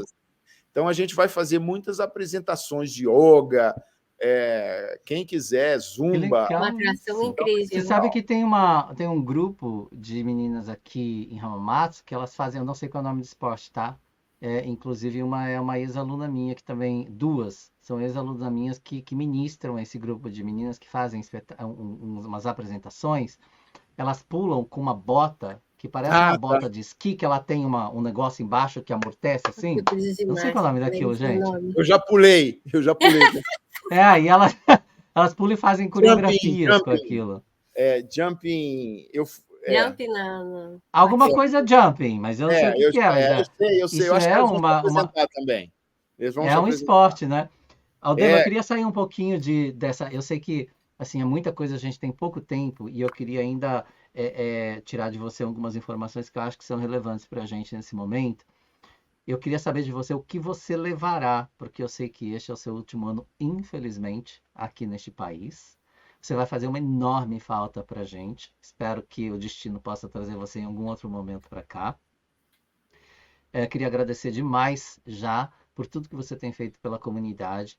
Por você, eu acredito que hoje os samurais que estão aqui presentes devem estar ouvindo você e pensando assim: como é possível uma pessoa com este cargo, um cônsul, estar aqui na nossa comunidade falando como se fosse nosso amigo? E você tem uma coisa que é incrível. Você fala com a gente pelo WhatsApp, como se fosse: Oi, Jim, bom dia, tudo bem? Então, É verdade. é como se você fosse nosso amigo de colégio. É uma coisa que eu nunca vi acontecendo e acredito que nunca mais verei, né? Com um cônsul que tem essa posição aqui no Japão ou em qualquer outro lugar do mundo. Você tem esse diferencial, né?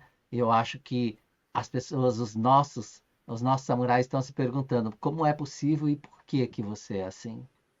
Por que que você tem essa... Você é humano, você é próximo da gente. A gente Verdade. conversa com você de fato como se você fosse um amigo da gente, não como se você fosse um cônsul. E você tem um carisma, uma luz, uma energia, uma empolgação tão grande que você movimenta as pessoas em função de muita coisa. É. Você sempre foi assim? Você adquiriu isso com o passar do Não, você tempo? sabe que eu, assim, primeiro essa parte de produtor cultural, eu não sabia que eu tinha essa vocação. Eu comecei a fazer isso aqui agora. Não, muitas coisas eu me sinto empolgado. Claro que tem um curso, você falou de WhatsApp, né? Outro dia eu estava fazendo uma reunião com o meu pessoal. Quando eu acordo de manhã, tem uns 45 WhatsApp, desses 45, uns 12 pede providência, desde informação do passaporte e tal. Então, às vezes, eu penso assim, pô, eu acho que eu exagerei, eu passei meu WhatsApp para muita gente. Tem um custo, né? Tem um custo. E, às vezes, também, os meus sábados e domingos, teve um domingo aí retrasado que eu tive 3 compromissos no domingo. Eu fui para um evento, para um aniversário, lá acho que foi um evento do Campos Novos Paulista. Depois eu peguei meu carro, fui para Kikugawa, estava tendo o encerramento de um torneio lá de esportes, eu entreguei os troféus, depois eu cheguei em casa, tomei um banho rápido, botei um blazer e fui para Toyohashi, para a inauguração daquela casa do Minamoto, né? Uma casa de eventos. Então, isso já aí acabou meu domingo, né? Eu que estou sempre querendo ler alguma coisa, cheio de livros na minha mesa de cabeceira, querendo fazer curso e tal. Às vezes, né? Mas isso agora mesmo, vou tomar, depois dessa live, vou tomar um banho e vou prestigiar o Diego Silva, lá no Meriu, às 11 da noite. Ainda tem balada ainda para você. Ainda tem balada, né? Você é incrível. Vai estar o Diego Silva tocando o Campos Novos de Paulista e tal, às 11 Vai horas. para o Meriú, vai para a churrascaria, vai para o aniversário do filho não sei de quem. Você é uma pessoa singular. Mas, enfim... Eu queria aproveitar... Queria aproveitar esse ensejo, né, de você passar o teu WhatsApp para as pessoas e todo esse comprometimento com a comunidade de forma geral.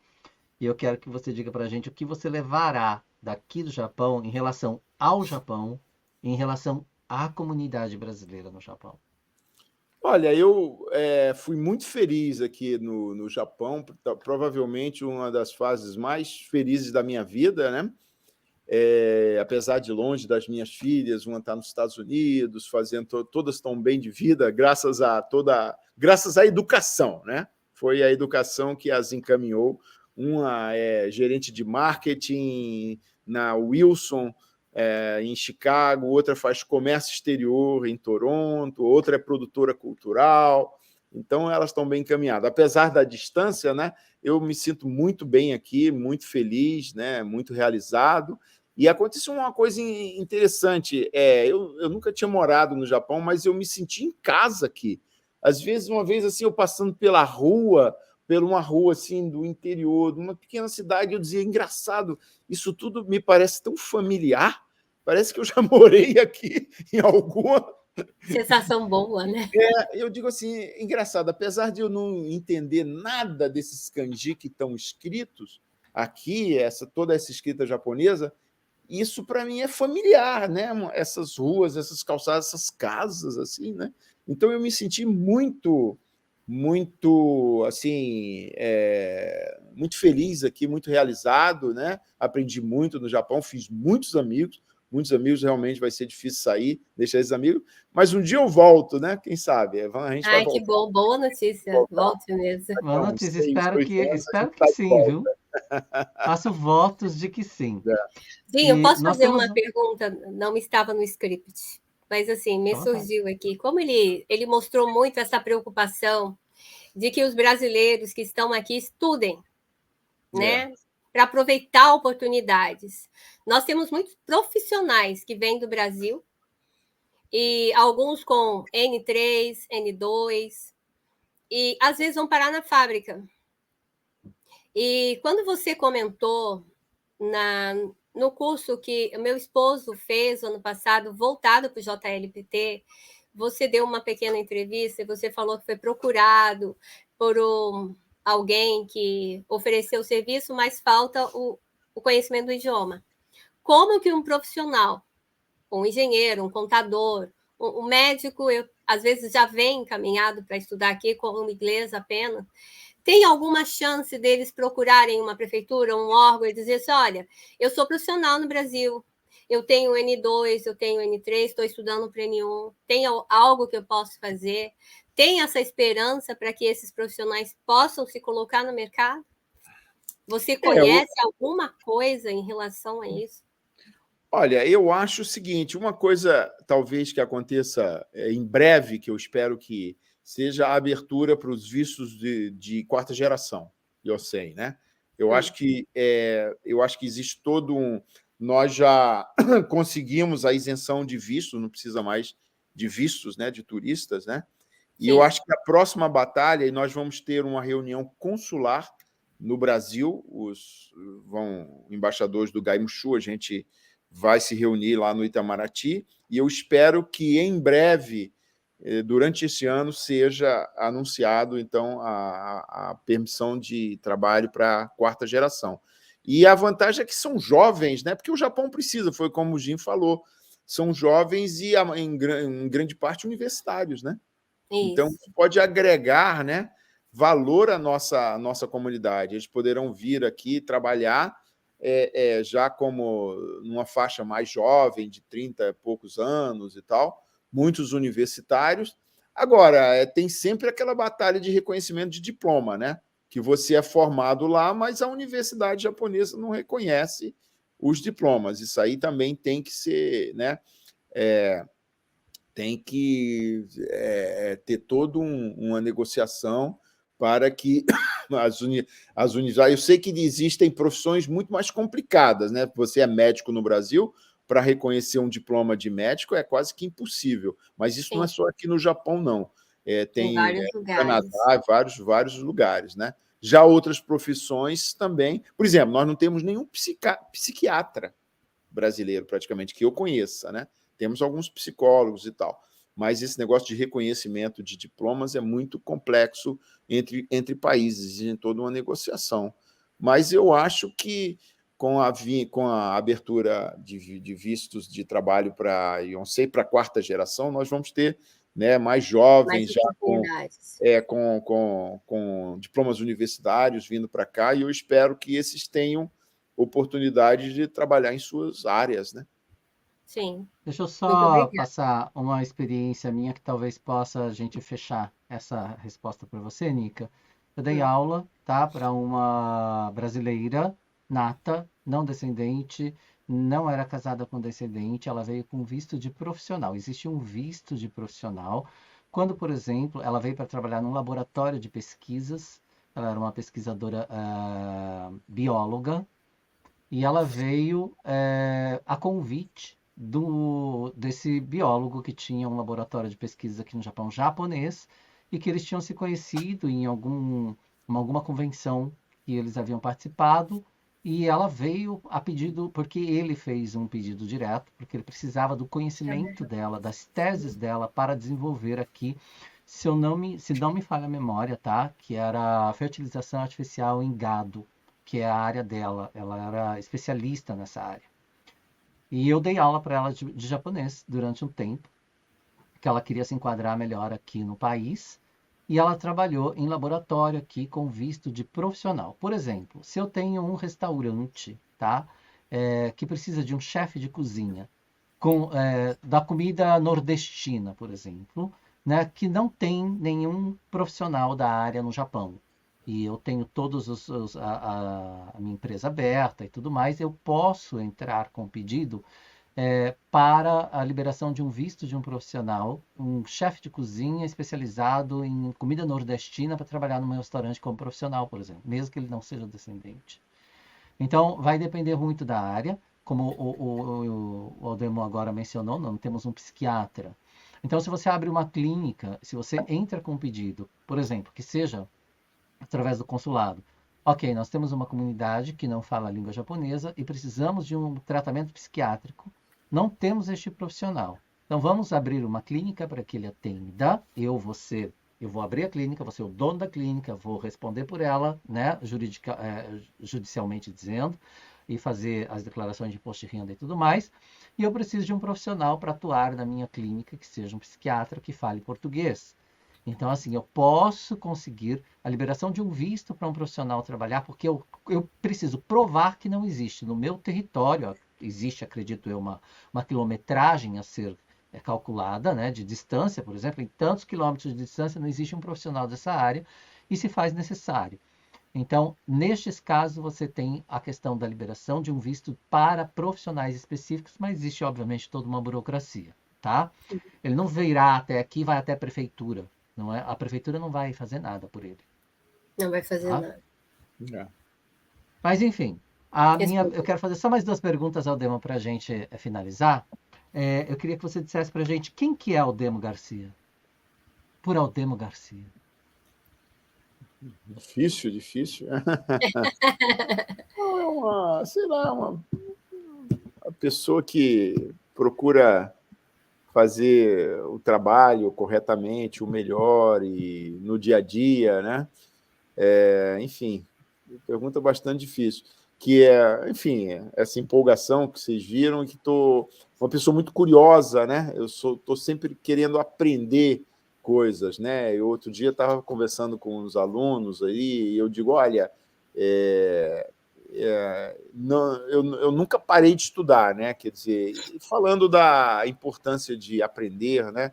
Mesmo nos fins de semana, quando eu posso, hoje, como eu disse, né, com novas tecnologias, é muito fácil.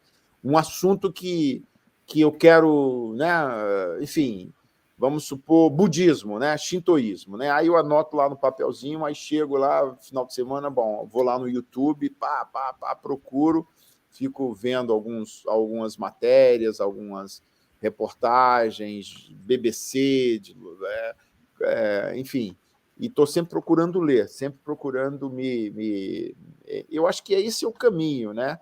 É o caminho, eu sempre falo também, quando eu vou a escolas para crianças e adolescentes, eu digo o seguinte, olha, não tem atalho para o sucesso, não tem jeitinho, né? Eu estou aqui, eu sou embaixador do Brasil, por quê? Porque eu estudei para caramba. Eu estudei, como eu falei, a primeira vez eu não passei, eu passei 1 ano estudando foi uma questão de honra. Eu falei, agora eu vou passar. Foi 1 ano em que eu me lembro, eu não fui a um cinema, eu não assisti um filme, eu não joguei futebol. Era sábado e domingo, eu entrava no meu carro para me deslocar para uma aula, eu colocava, naquela época a gente tinha fita, né?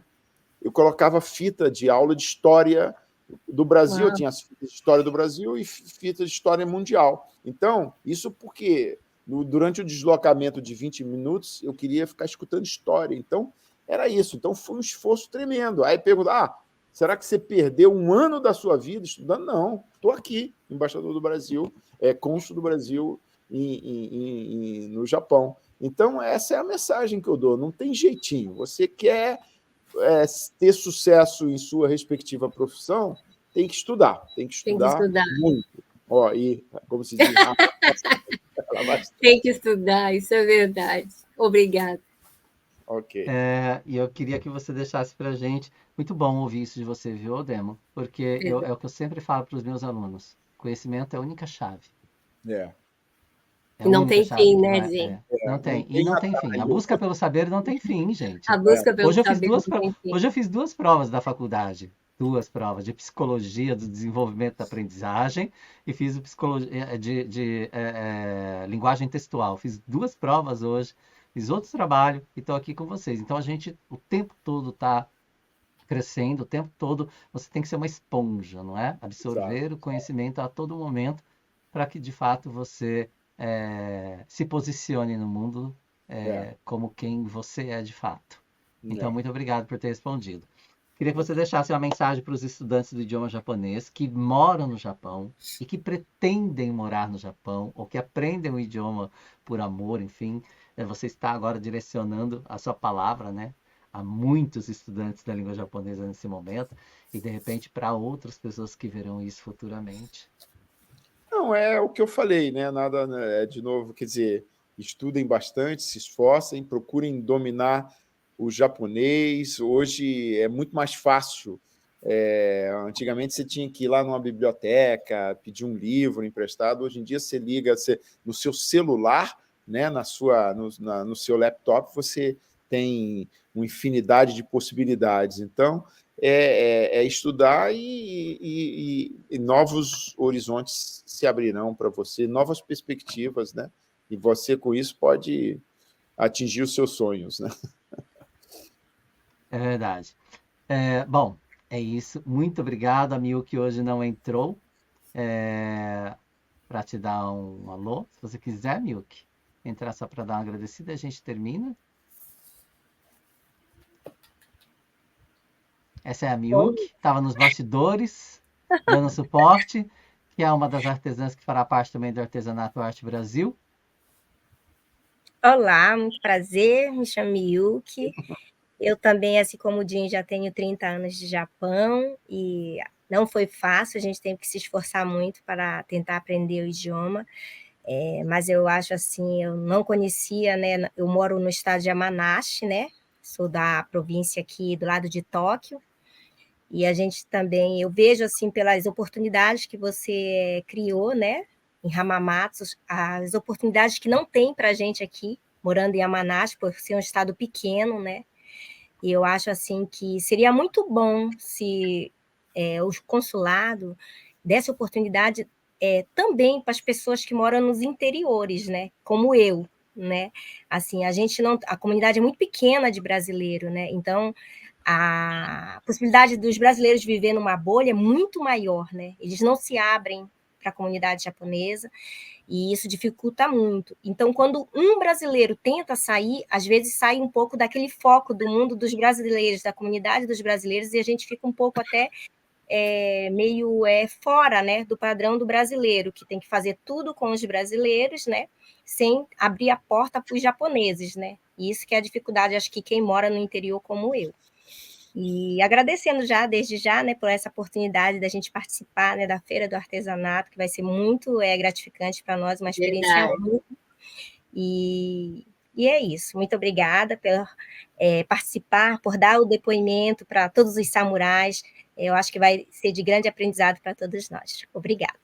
Na verdade, só retificando, você vai participar da feira, mas você, na verdade, participará do Catálogo Artesanato Brasil. Sim, claro. Você e a Anitta. Enfim, Obrigada. é isso, Aldemo. Muitíssimo obrigado mais uma vez pela sua participação. Tenha uma noite aí fantástica. Espero que o restante da sua estadia nesse país durante esse ano seja realmente muito proveitosa, que você consiga colocar em prática tudo aquilo que você colocou como objetivo, os seus projetos, que você encontre menos dificuldade no meio do seu caminho para desenvolver tudo que você pretende.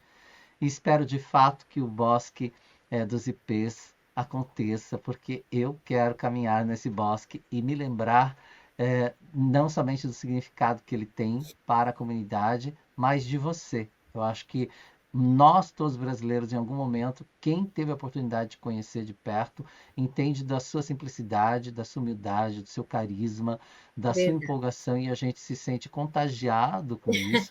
E com certeza você está no coração de muita gente neste país, inclusive no meu. Eu já expressei essa gratidão para você em público, não é? No final da exposição do Catálogo Arte Brasil, e deixo aqui mais uma vez sempre que eu tenho essa oportunidade, porque de fato você é uma pessoa que faz diferença para a nossa comunidade. Eu me sinto responsável às vezes por muita coisa. Eu sempre digo para os meus samurais, nós somos embaixadores do nosso país. Por onde quer que a gente vá, todas as nossas ações serão tidas como um brasileiro. É um brasileiro que está falando, é um brasileiro que está fazendo, é um brasileiro que está atuando, é um brasileiro que está fazendo, seja de bom ou seja de ruim. Então procure fazer sempre o seu melhor, porque você representa um país, uma nação. Então, e você é uma pessoa que representa muito bem a nossa nação, por onde quer que você vá. Muitíssimo obrigado. Muito obrigada. Tá? Mais uma vez. Tenham todos uma boa noite. E aqui nós terminamos o Shogun Podcast com Aldemo Garcia. Até o próximo. Obrigado. Tchau, né? Tchau. Bacana.